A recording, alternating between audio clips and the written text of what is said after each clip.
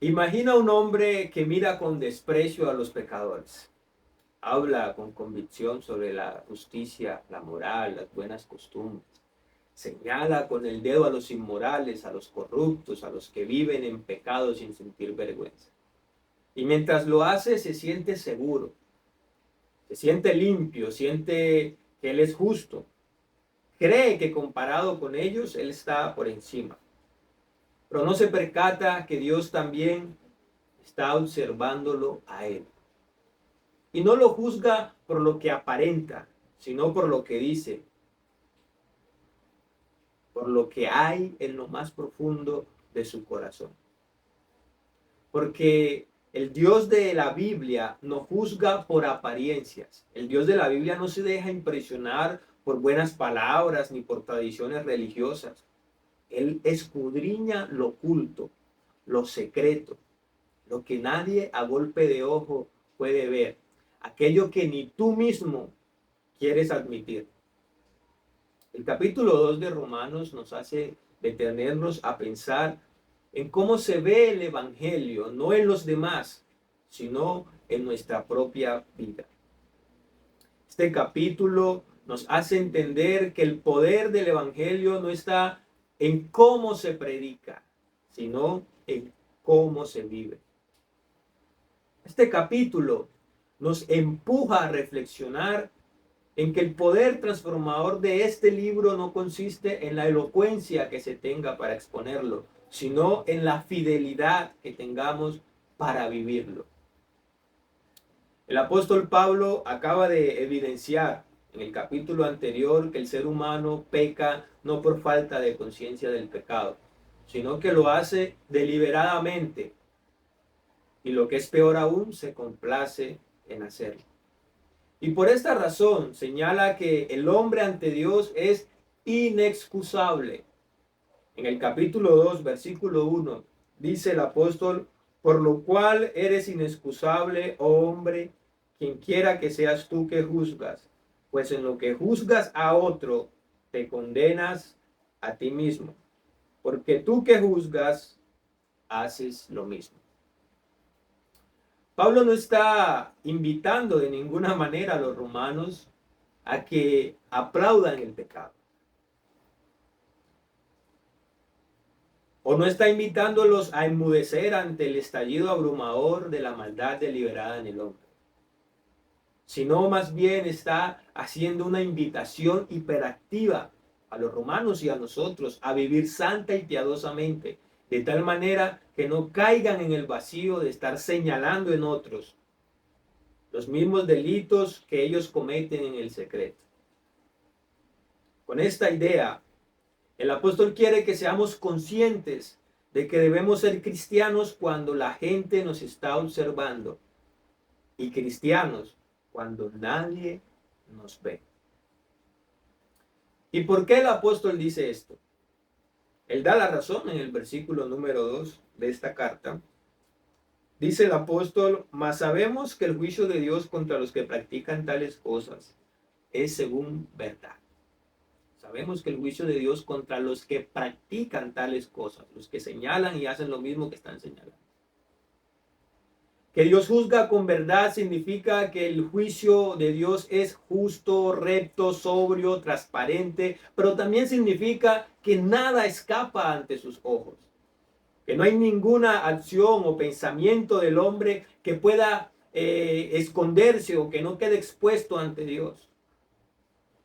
Y nosotros necesitamos reflexionar más sobre esto, sabiendo que lo que hacemos en público es tan importante como lo que dejamos o no de hacer en el secreto.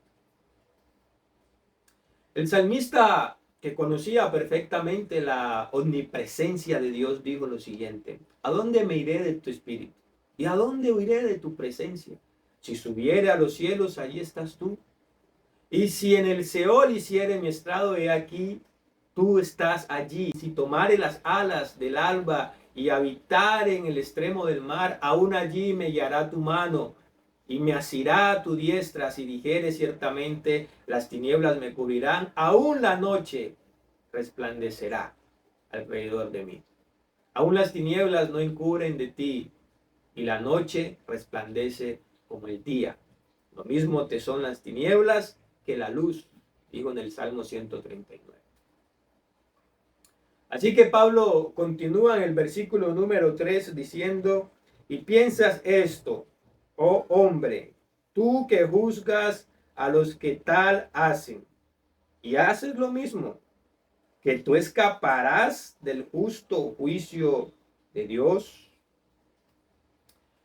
El apóstol vuelve a colocar delante de nosotros una realidad tangible.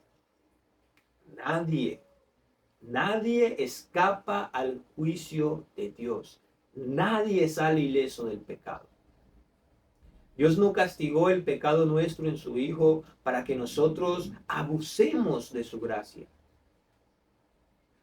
Y esta es la razón por la que la tinta que Pablo coloca en el versículo 4 hace que este capítulo constriña nuestras entrañas. En el versículo número 4 el apóstol dice, o menosprecias las riquezas de su benignidad, paciencia y longanimidad, ignorando que su benignidad te guía al arrepentimiento.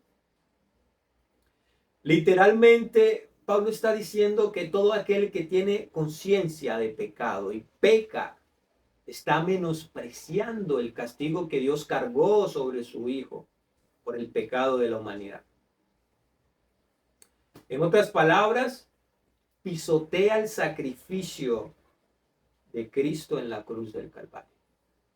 Por eso el apóstol es tan insistente en el justo juicio de Dios, porque no puedes pisotear la cruz de Cristo y salir ileso, salir airoso. Ahora bien, Pablo no solo pone el cerrojo en la puerta para hacernos conscientes de lo encerrados y atrapados que estamos en el pecado, sino que da una salida.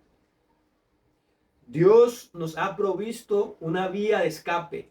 Pablo dice que su benignidad te guía al arrepentimiento. Y esa palabra, benignidad, quiere decir inclinado a perdonar. Dicho de otra manera, Pablo está diciendo que la inclinación a perdonar de Dios nos guía al arrepentimiento. Dios no da por inocente al culpable, a menos que el hombre viva en arrepentimiento y fe en Cristo Jesús nuestro Señor. El arrepentimiento no es solamente ser conscientes del pecado, no es solamente dolernos del mal. Arrepentimiento es cambio de conducta y pensamiento. Es redireccionar toda nuestra vida tras las huellas del Mesías, en ser transformados desde lo más profundo de nuestro ser hasta exteriorizar el carácter de Cristo. Y lo único que puede guiarnos a ese estado, Pablo dice que es la benignidad de Dios. O lo que es lo mismo, la inclinación que Dios tiene para perdonarnos. Pablo continúa en el versículo número 5 de este capítulo 2 diciendo, pero por tu dureza y por tu corazón no arrepentido, atesoras para ti mismo ira para el día de la ira y de la revelación del justo juicio de Dios.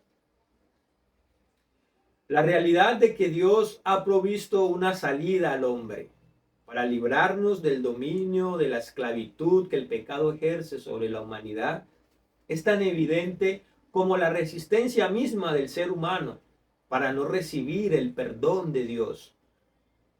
Pablo dice, el hombre ha endurecido su corazón. Y esto, por supuesto, no le permite a Dios guiarnos al arrepentimiento. La tragedia está en que esta dureza, este corazón no arrepentido, no pasa desapercibido. Hay consecuencias.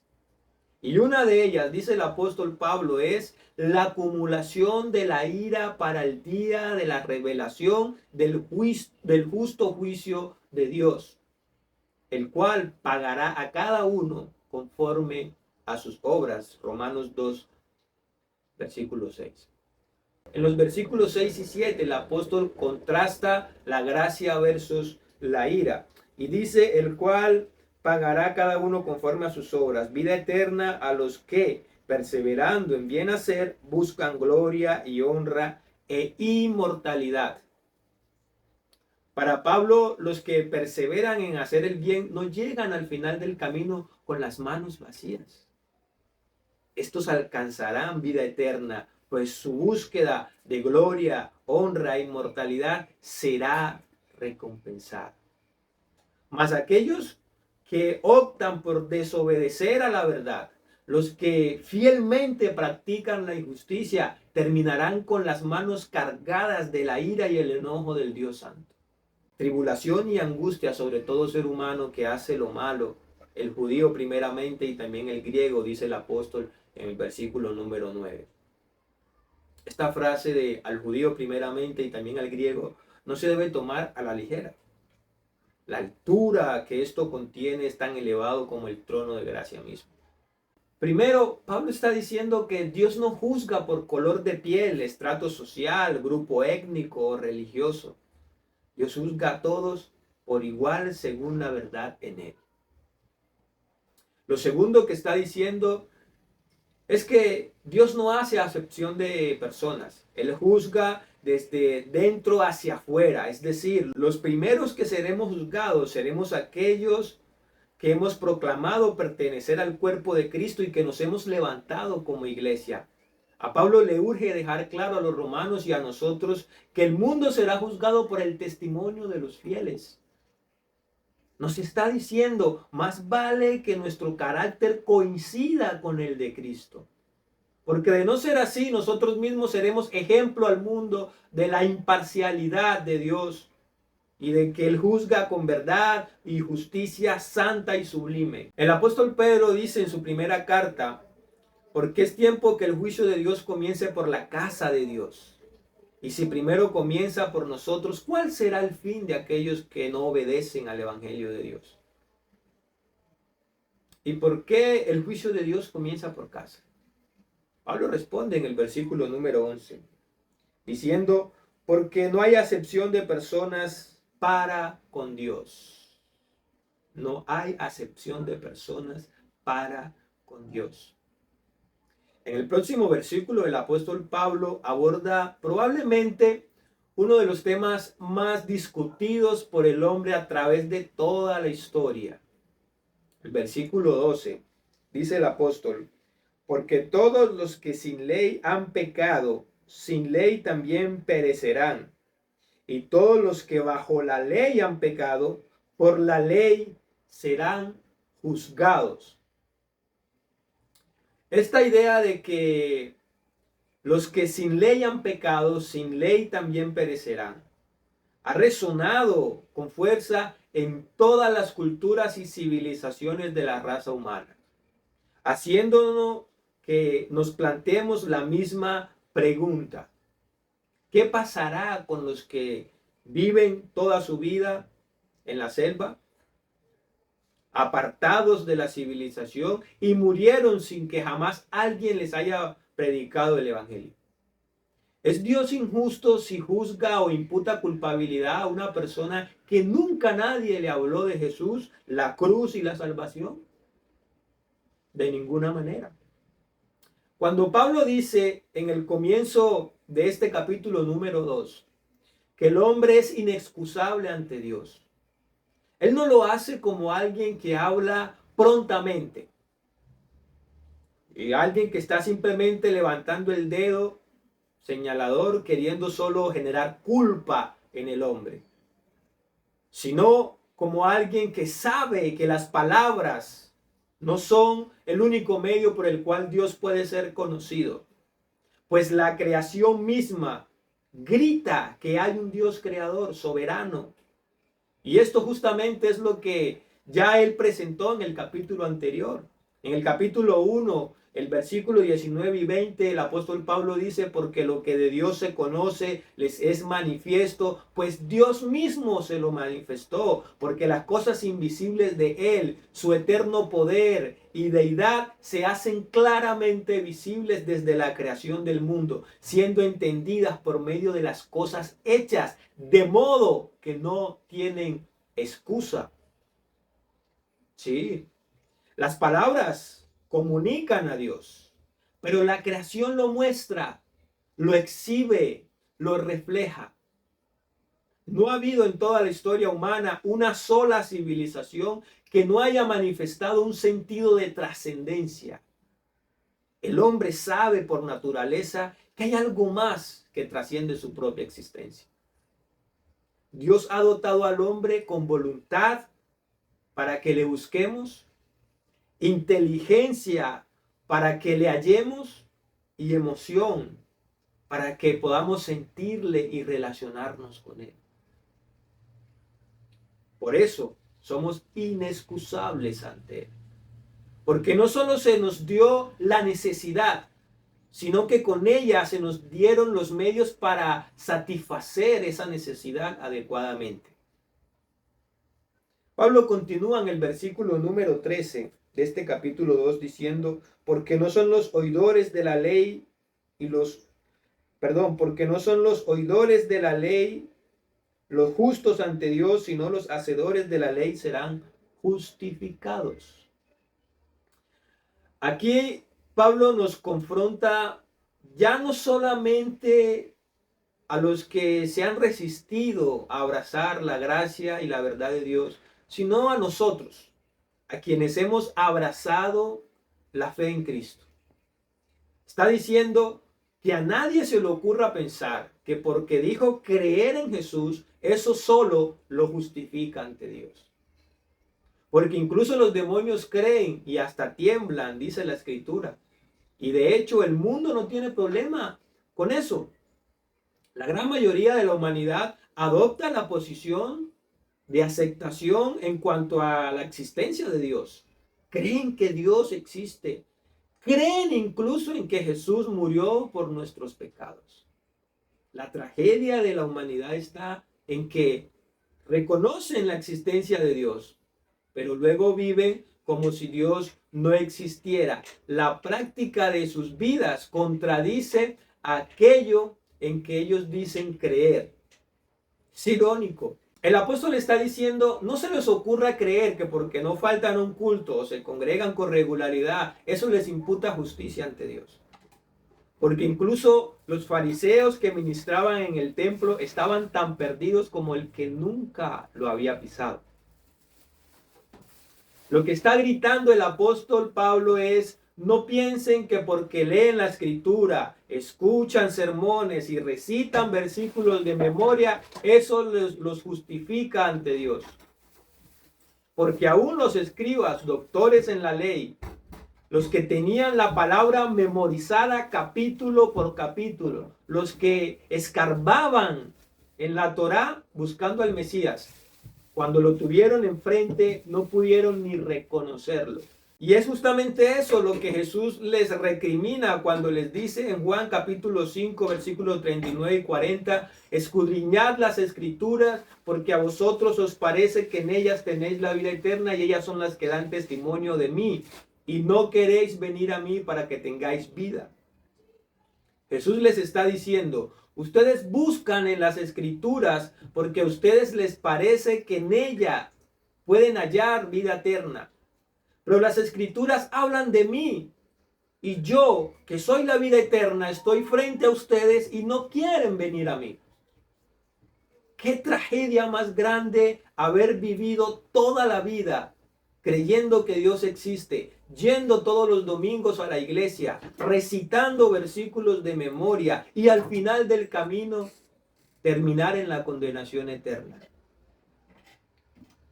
Porque Pablo asevera que no son los oidores, sino los hacedores, los que ponen en práctica la escritura, estos serán justificados ante Dios. Y claro que debemos creer en Dios. Claro que debemos congregarnos. Por supuesto que debemos leer y memorizar la escritura. Pero por sobre todo eso, hay que poner en práctica lo que creemos, lo que oímos de la palabra, lo que leemos en este manual de instrucciones que Dios nos ha dejado. En los versículos 14 y 15 Dice el apóstol: porque cuando los gentiles que no tienen ley hacen por naturaleza lo que es de la ley, estos, aunque no tengan ley, son ley para sí mismos, mostrando la obra de la ley escrita en sus corazones, dando testimonio su conciencia, acusándoles o defendiéndoles sus razonamientos. La ley escrita en el corazón del hombre da testimonio a su conciencia. Hay una ley moral escrita en nuestro corazón. No hay que leer la Biblia para saber que quitarle la vida a una persona, a un ser humano, es malo. Y aún así lo hacemos. De niños nuestros padres nos dijeron que mentir es malo y aún así mentíamos. ¿Quién no dijo una mentira alguna vez? Y la pregunta es, ¿por qué pasa eso? Porque el hombre está atrapado en su pecado, porque el pecado ha cauterizado toda sensibilidad en el hombre. Y nosotros podemos engañar a la gente si nos lo proponemos. Claro que podemos hacerlo. Podemos engañar a nuestra familia, podemos. Podemos engañar incluso a nosotros mismos, como lo hemos hecho. Pero jamás, jamás, jamás podremos engañar a Dios.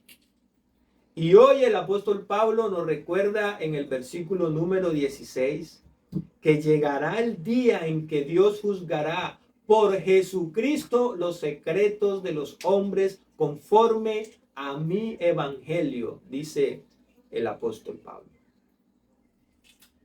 Pablo no pretende infundirnos miedo con lo que está diciendo. No quiere sembrar zozobra en nosotros el apóstol. No quiere que nosotros nos sintamos allí atemorizados. No, él quiere despertarnos a la realidad de que la mejor predicación del evangelio no se transmite con las palabras, sino con nuestras acciones.